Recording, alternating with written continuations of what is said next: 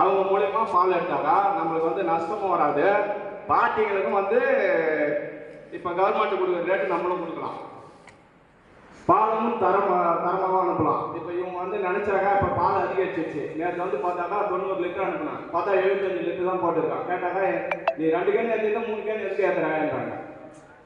அந்த மாதிரிலாம் இருக்குது.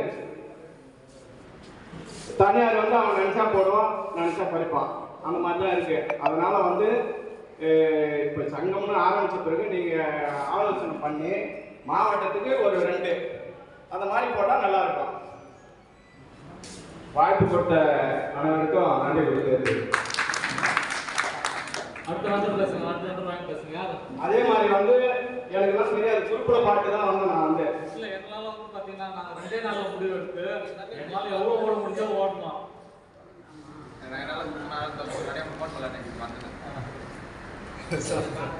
அதனால வந்து பெரும்பாலும் இப்போ தெரிஞ்சிச்சுன்னா எங்கள் வயசு நண்பர்கள்லாம் யாருக்குமே தெரியாது.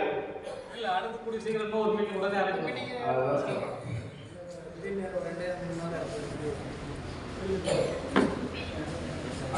காலை வணக்கம். கரிக்கலாம் பாரு, 20 வருஷமாக பால் வாங்கிட்டு இருக்கேன், எல்கேஜிலேருந்து அனுப்பிச்சுன்னு இருக்கேன். இப்போதைக்கு எந்த கம்பெனியுமே ஸ்டாண்டர்ட் கிடையாது. பால் வந்து விவசாய பாதுகாப்பு சங்கன்றது ரொம்ப வரவேற்கக்கூடியது. இந்த அளவுக்கு நமக்காக செய்கிறாங்கன்னா அது உங்களை பாராட்டணும், எல்லாரும் கைத்தட்டணும். இதெல்லாம் செய்கிறாங்கன்னா ஒரு பெரிய விஷயம். நான் வந்து இப்போதைக்கு அட்சன் கம்பெனியில் இருக்கேன். 6ஆம் தேதி வந்து 120 படிச்சிருக்காரு. இது வந்து எந்த ஒரு காரணமுமே சொல்லலை. நம்ம யாரை கேட்குறது? நமக்குள்ள ஒற்றுமை இல்லை, ஆளுநர் இன்னைக்கு குறைக்கல. இன்னைக்கு ஒரு கம்பெனி வந்து திடீர்னு பேமெண்ட் வரலன்ற, அது போல் எந்த கம்பெனியும் நம்பி போக முடியல. ஸ்டாண்டர்டு கம்பெனின்னு போனால் அவன் திடீர்னு விலையை குறைக்கிறான். நேற்று ஃபோன் பண்ணி 1 லிட்டர் 100 பால் கொடுத்துரு, புண்ணாக்கு என்ன விளைக்குது, தவிடு என்ன விளைக்குது, இதையே நம்பி ஒரு தொழிலாக செய்கிறோம். இதை நாம் வந்து விவசாயிங்க வரமாட்டோம், விலை ஏற்றிட்டாங்க இறங்கிட்டாங்க, இதை தான் நினைக்கிறோம். அவங்களுக்கு ஒரு முழு ஒத்துழைப்பு கொடுத்து நாம் எல்லாம் போராடினா மட்டும்தான் பால் தொழிலை காப்பாற்ற முடியும். ஒட்டுப்பட்டு செய்யுங்க. அனைவருக்கும் நன்றி.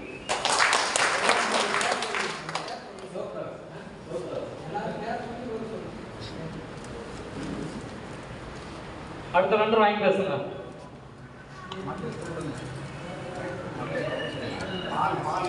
பால் வாங்குறவங்க வாங்கி பேசுங்க. முன்னாடி போயிடணும்.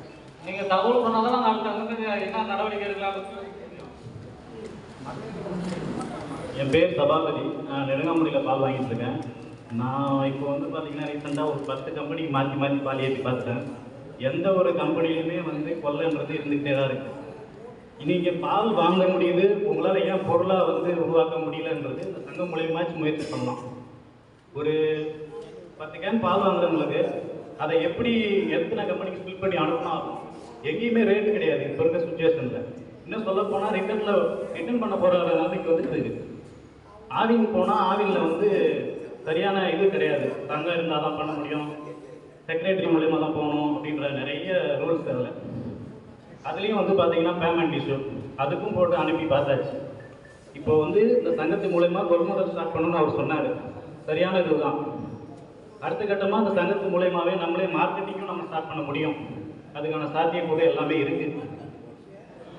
சங்கத்து மூலயமா பண்ணும்போது ஆர்கானிக் முறைன்னு சொல்கிறாங்க பார்த்தீங்களா, அந்த முறையிலே நம்ம சேல்ஸை நம்ம பண்ணலாம். அவங்க 70 ரூபா விற்கிறாங்கன்னா நம்ம பாலை 60 ரூபாயிலேருந்து நம்ம 10 ரூபா கம்மியாக கூட வைப்போம். அது வந்து டைரெக்டாக போய் சேரும். அவங்க செய்கிற வேலையை நம்ம ஏன் செய்ய முடியலன்றதான். ஏதோ மாடு மேய்ச்சோம், சாணி வாரி கொட்டணும், கறந்து ஊற்றணும், ஏதோ பால் வருது காசு வருது அப்படின்னு நினச்சிட்டு மக்கள் போகிறாங்க. ஆனால் அதை எடுத்து போயிட்டு விளையாடுறதுக்குள்ள அந்த ஏஜென்ட் படுற கஷ்டம் என்னன்னு சொல்ல முடியும். 6 மாதம் நல்லா இருக்கு.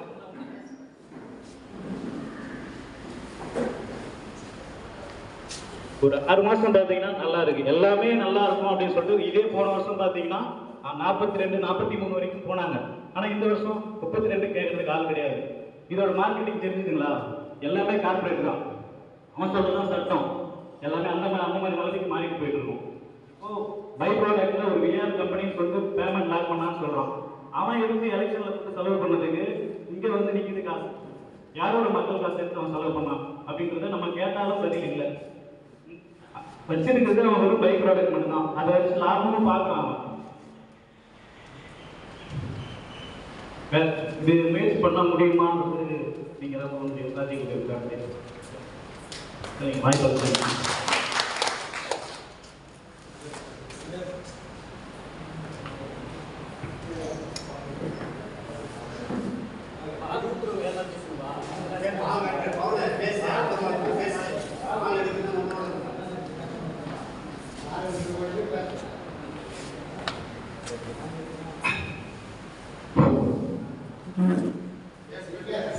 சங்கத்தின் தலைவர்களே மற்றும் உள்ள உறுப்பினர் அனைவர்களுக்கும் என் பணிவான வணக்கத்தை தெரிவித்துக் கொள்கிறேன். அண்டம்பலம் கிராமத்தை சேர்ந்த நானும், என் பேர் பண்டேரி. நான் ஒரு சிறிய பால் கொடுக்கக்கூடிய விவசாயி. அண்டம்பலம் என்னன்னா, இன்னைக்கு ஒரு வாட்டர் தண்ணி எடுத்துனா 20 ரூபாய். ஆனா அந்த தண்ணி விலையை குறைக்க மாட்டேங்கிறோம். ஆனா இருக்கிறது உற்பத்தி அதிகம் போகுது. அதுக்கு எத்தனையோ கம்பெனி இருக்கு. ஆனா அது இருக்கிற விலை ஏறிட்டு தான் போகுது. ஆனா பால் எல்லாருக்கும், பிள்ளைங்களுக்கு எல்லாருக்கும் உபயோகப்படுத்துது. இது குறைக்கிறோம். இந்த கோட்டை அடிக்கிற தண்ணி விலையை ஏற்றுறோம். இப்படி இருக்குது நாடு. அதாவது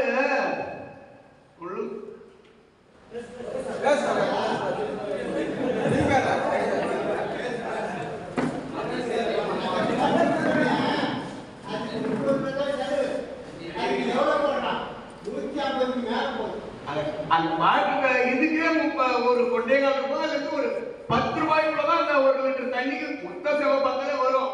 ஆனா அதுக்கு அந்த ரேட் கொடுத்து வாங்குறோம் நம்ம.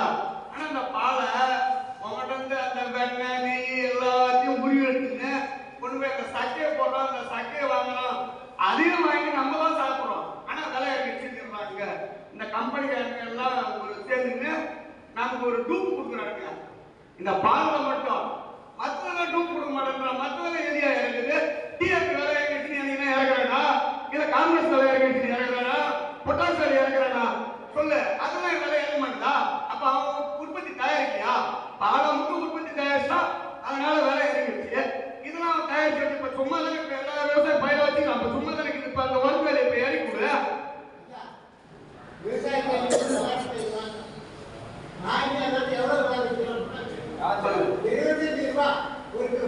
முன்னாடி வேலை ஏறினே போகுது சாமி. முன்னாடி வேலை 4 நாள் ஏறினதான் போகுது. முன்னாடி வேலை ஏன் நான் காலையில ஒரு சூப்பராசர் கேட்டேன். நான் பால் ஊத்தல இருந்தாலும் கேட்டேன், ஐயா பால் வேலை மட்டும் இறங்கிடுச்சு, இந்த உற்பத்தி பண்ணி தீவனம் அனுப்புறதுல இந்த தீவன வேலை ஏன் சார் இறங்கணும்னா அது அப்புறமா இறங்கும். என்ன சார் அரசியல்ல பேசுற மாதிரி பேசுறீங்க நீங்க அப்படின்னு ஒரு சூப்பராசரை பார்த்து கேட்டு வந்தேன். ஐயா சொல்றாரு மீட்டிங் வாங்கன்னு சொன்ன உடனே நான் இதையும் கேட்டுட்டாங்க. இத போல நம்ம எப்படி பண்ணாலும் அவங்க தில்லுமுள்ளு பண்றதுக்கு ஒரு கூட்டம் கூடி வர்றாங்க. நம்ம என்ன தெரிய போகுது, பால் என்ன வருதுன்னா தொடர்ந்து நாங்க அதாவது ஆரம்பிக்கும் போது ஏங்க உங்களுக்கு 42 ரூபா வருதுங்க, நல்லா இருக்குதுங்க பால் அப்படின்ட்டு ஃபர்ஸ்ட் என்ன பண்றோம், ஒரு 3 மாசம் நமக்கு பிஸ்கட் போடுற மாதிரி டீ காஃபி போட்ட மாதிரி நமக்கு காட்டுறாங்க பூச்சிட்டு வித்த. அப்புறம் போன உடனே இல்லைங்க பால் ரொம்ப தரம் கம்மியா வருது உங்களுக்கு. சரி எங்க பொண்ணு வாங்குது, அதுக்கிட்ட சொல்லுவான், ஏமா என்னம்மா உங்களுக்கு தரம் கம்மியா வருது, இதெல்லாம் சும்மா அவன் எடுத்து போறான் அந்த மீட்டர் எடுத்து வச்சு குறைச்சல் வந்துடுறான். அது உள்ள அந்த கண்டிஷன்ல ரேட்டை அவங்களே குறைச்சல் வந்துடுறாங்க. ஆனா ஃபர்ஸ்ட் வச்சு வாங்கும் போது நல்ல ரேட்டு வருது, 42 ரூபா வருது, 45 ரூபா வருதுன்னு ஊக்கி வைக்கிறான். ஒரு வாரம் ஏற்றி வச்சு 2வது அப்படியே இறக்கிடுறான். இதுதான் நடக்கிற உண்மை நாட்டுல. இது யாருமே தெரிஞ்சுக்காது. எந்த நல்ல ரேட்டுப்பா, என் மாடு முத்தி போச்சுப்பா, பால் முத்தனை பால் தான்ப்பா வருது ரேட்டு. பச்சை தண்ணியாரு கலப்பா மிஷினில் தானே போடுறோம். இதை போல அதாவது ஆரம்பிக்கும் போது காட்டுறாங்க. மாமியா மருமக சொல்லுவாங்க வீட்டில் வந்த உடனே மருமக புதுசாக வந்த உடனே நல்லா ஜக்கு வேலை செஞ்சா அப்புறம் பைசா போடணும் கப்புன்னு படுத்துக்கிச்சான்ற கதையா இது இந்த பால் கதை.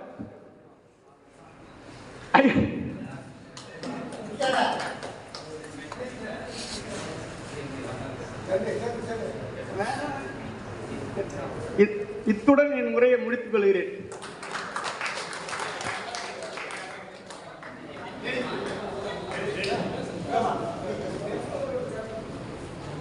முன்ன வந்துருங்க.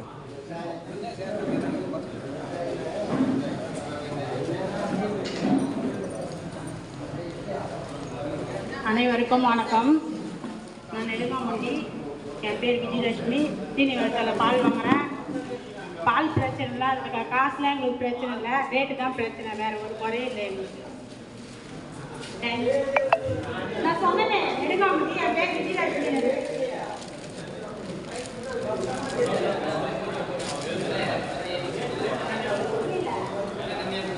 விலை தான் குறை, வேற ஒன்றும் குறை இல்லை. எங்களுக்கு காசுலாம் கரெக்டாக வந்துட்டு 12ஆம் தேதி தான் கரெக்டாக காசு போட்டுறாங்க. வேலை தான் பிரச்சனை. சீனிவாசா அதெல்லாம் எந்த குறையும் இல்லை எங்களுக்கு. பால் வேலை தான் குறை. இது வரைக்கும் உங்களுக்கு ஷார்டேஜ் வந்தது இல்லையா? ஷார்டேஜ் ஆயிரம் அதெல்லாம் பிரச்சனை. அது சொல்லல 1000 பிரச்சனை சொன்னாக்கா அப்போ என்ன நினைப்பாங்கனாக்கா மாட்டுக்காரங்க வந்து உங்களுக்கு 40 ரேட்டு தான் பிரச்சனை. ரேட் வந்துச்சுன்னா எங்களுக்கு பிரச்சனை இல்லை, ரேட் தான் பிரச்சனை. அதுதான் சொல்ல வரேன். இப்போ இந்த 150 சொல்லிட்டு பார்க்கும்போது ஒரு நேரத்தில் 1 லட்சம் வரும்போது என்ன பண்ணுவீங்க? பால் காசுலாம் ₹1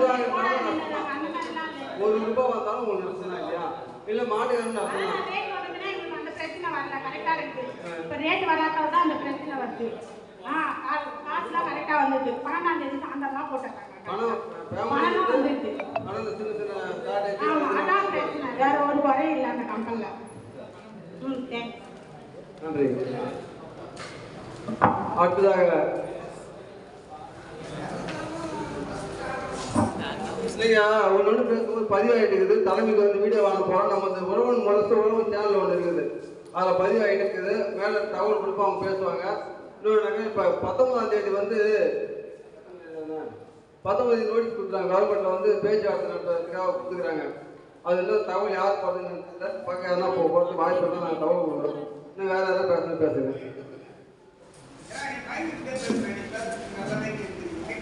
அனைவருக்கும் வணக்கம். நான் கேள்விக்கிறதுல பால் வாங்கிட்டு இருக்கேன். இப்போ வந்து அவர் பிஸ்டாக் வச்சுட்டாங்க. பேமெண்ட்லாம் வந்து பிரச்சனை இல்லை, மறுநாள் பேமெண்ட்லாம் போட்டுறாங்க. இப்போ வந்து மக்களுக்கு வந்து ரேட்டு கொஞ்சம் கம்மியாக இருக்குது. என்ன பண்ணுறது, ரொம்ப கஷ்டமாக இருக்குது.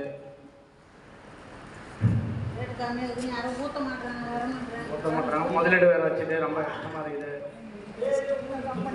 நான் சவரப்பள்ளி சுரேஷ்.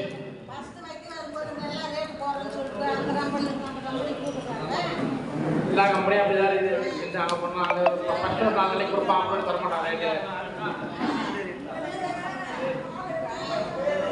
என் பேர் சுரேஷ். சவரப்பள்ளிண்ணா. வணக்கம். சரி, அடுத்த வேலை வாங்க பேசுங்க. டைம் ஆகிடுது, பேசலாம். அம்மா வாங்க பேசுங்க.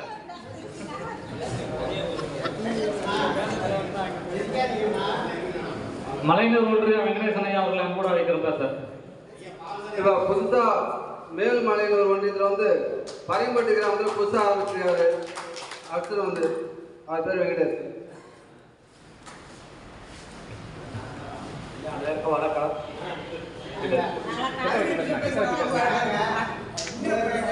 என்ன கிட்ட வச்சு பேசுனேன்?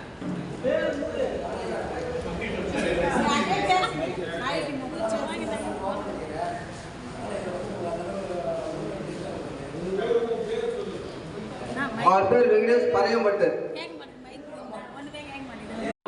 அவங்க எதுவும் உங்ககிட்ட கேட்க மாட்டாங்களா? கேட்டு தானே இருக்கிறாங்க. அதான் கேட்குறேன். அது காய்ச்சி இருக்குது. கம்பெனிலேருந்து பால் காய்ச்சி போடாமல் இருக்காங்க. கடன் வாங்கி தான் கொடுத்துருக்காங்க. இப்போ போடுறோம்னு சொல்லிக்கிறாங்க. ஒரு 1 மாதம் போட மாட்டேங்க. பால் தான் சாப்பிட்டது இல்லை. 500 லிட்டர் கிட்ட வைக்கிறாங்க. 500 லிட்டர் பண்ணலாம். சரி பிஆர் சரி, அடுத்த ஒரு பேரும் ஒரே கம்பெனி. உங்களுக்கு எவ்வளோ நிற்கிது, என்ன எந்த தகவல் சொல்லுங்க. தகவல் சொன்னதும் தெரியும். பேர் சொல்லுங்க, என்ன ஊருக்கு சொல்லுங்க. பேர் சிவகுமார், சோமான்படி. இப்போ நான் வந்து 97 8வது மாதம் 8ஆம் தேதி எல்கேஜி பால் வச்சுருந்தேன். அன்னைக்கு நீங்கள் வரைக்கும் பால் வாங்க எந்த கம்பெனியிலும் வந்து எந்த பிரச்சனையும் அது இல்லை. எல்கேஜி எழுதி வரைக்கும் எதை நீங்கள் அந்த மாதிரி பண்ணியிருந்தாங்க. 2012 வந்துட்டான். அதில் வந்து பல கம்பெனி வச்சுட்டோம். எந்த கம்பெனியும் வந்து கால் ஸ்டார்ட் பண்ணுறது கிடையாது. திருமலா பார்த்துட்டோம், அடுத்தது வந்து கோகின்ஸு, வின்னரு, டோட்டலாக எல்லா கம்பெனியும் பார்த்துட்டு வந்துட்டோம். ஆனால் எதுலேயுமே ஏமாத்தலை. பிஆரில் வந்து ஒரு நாளைக்கு குறைஞ்சபட்சம் இருந்தாலும் 27 கன் 28 கன் போகுது. பேட்டர்சனம் கட்டிங்க சொன்ன ரேட் ஒன்று, கொடுக்குற ரேட் ஒன்று. இப்போதைய நிலவரத்துக்கு ஒரு கட்டை போய்க்கு குறைஞ்சபட்சம் 350 லிட்டர் சாட்டி என்னங்க பேசுனீங்களே உங்களுக்கு பிக்சட் ரேட்டு, நீ பேட்டை சர்டிஃபிகேட் போடு, காசு போடுங்க, திவாலா ஆயிடுச்சு, இப்போ காசு போட முடியும். அது மாதிரி எல்லாம் 17 லட்சத்துக்கு மேலே நிற்கிது. குறைஞ்சபட்சம் 41 நாள் காசு. இன்னைக்கு ஒரு நாளைக்கு வரும்னு பார்த்துட்டு இப்போ பராக்கு அனுப்புகிறான். அவங்க வந்து 34 ரூபா 61 காசு. எமக்கு பேட்டை செலவு கணக்கு தான். இது இல்லை கவர்மெண்ட் மாதிரி கொடுத்தா போதும். நான் கொடுத்து வாங்குறது 36 கொடுத்து வாங்குறேன். இப்போ 35 கொடுக்க போகிறேன். என்னால் முடியல. இதுதான் என் நிலவரம். இந்த காசு வாங்குறதுக்கு என்ன வழியோ அது கொஞ்சம் பண்ணி கொடுத்தா நல்லாயிருக்கும். நாங்களாம் கை காசு முதல் வச்சு தான் இது வரைக்குமே காசு கொடுத்துங்கிறோம். இப்போ நான் கொடுக்க வரைக்கும் 2 பட்டோட நிற்கிது. பொட்டு என்ன விலை விற்கும், புண்ணாக்கு என்ன விலை விற்கிது, அதுக்கு தகுந்த மாதிரி நாம பார்த்து காசு தரணும். அப்படின்னா அவங்களுக்கு 1 ரூபா வந்தால் நமக்கு போதும். அந்த மாதிரி நாமளும் வேலை செய்யணும். அவங்க சுத்தமாக ஊற்றணும். அதை என்ன நம்ம அவங்களால சேவை செய்ய முடியும், அவங்ககிட்ட நம்ம என்ன பிரதி பலன் எதிர்பார்க்க முடியும், அந்த மாதிரி கணக்கு பண்ணி செஞ்சால் தொழிலும் நல்லா இருக்கும். 2வது தரங்கட்டு போன கம்பெனி நம்பி நம்ம பால் ஏற்றக்கூடாது. அதுதான் தரங்கட்டு போன கம்பெனி பால் ஏற்ற ஒரு ரெக்கார்டு வேணும். இப்போ நான் அவங்க பேசுனது என்ன பண்ண போகிறேன்றது, நான் கோர்ட்டுக்கு போக போகிறேன்றது எல்லாம் ரெக்கார்ட் பண்ணி வச்சுக்கிறேன். பில்லு எல்லாம் இருக்குது. நீங்கள் இங்கே என்ன நம்ம சங்கம் மூலிமா என்ன முடிவு சொல்கிறீங்களோ அதுக்கு தகுந்த மாதிரி அடுத்த கட்ட நகர்வு அது மாதிரி பண்ணலாம். பேச வாய்ப்பு கொடுத்து ரொம்ப நன்றி.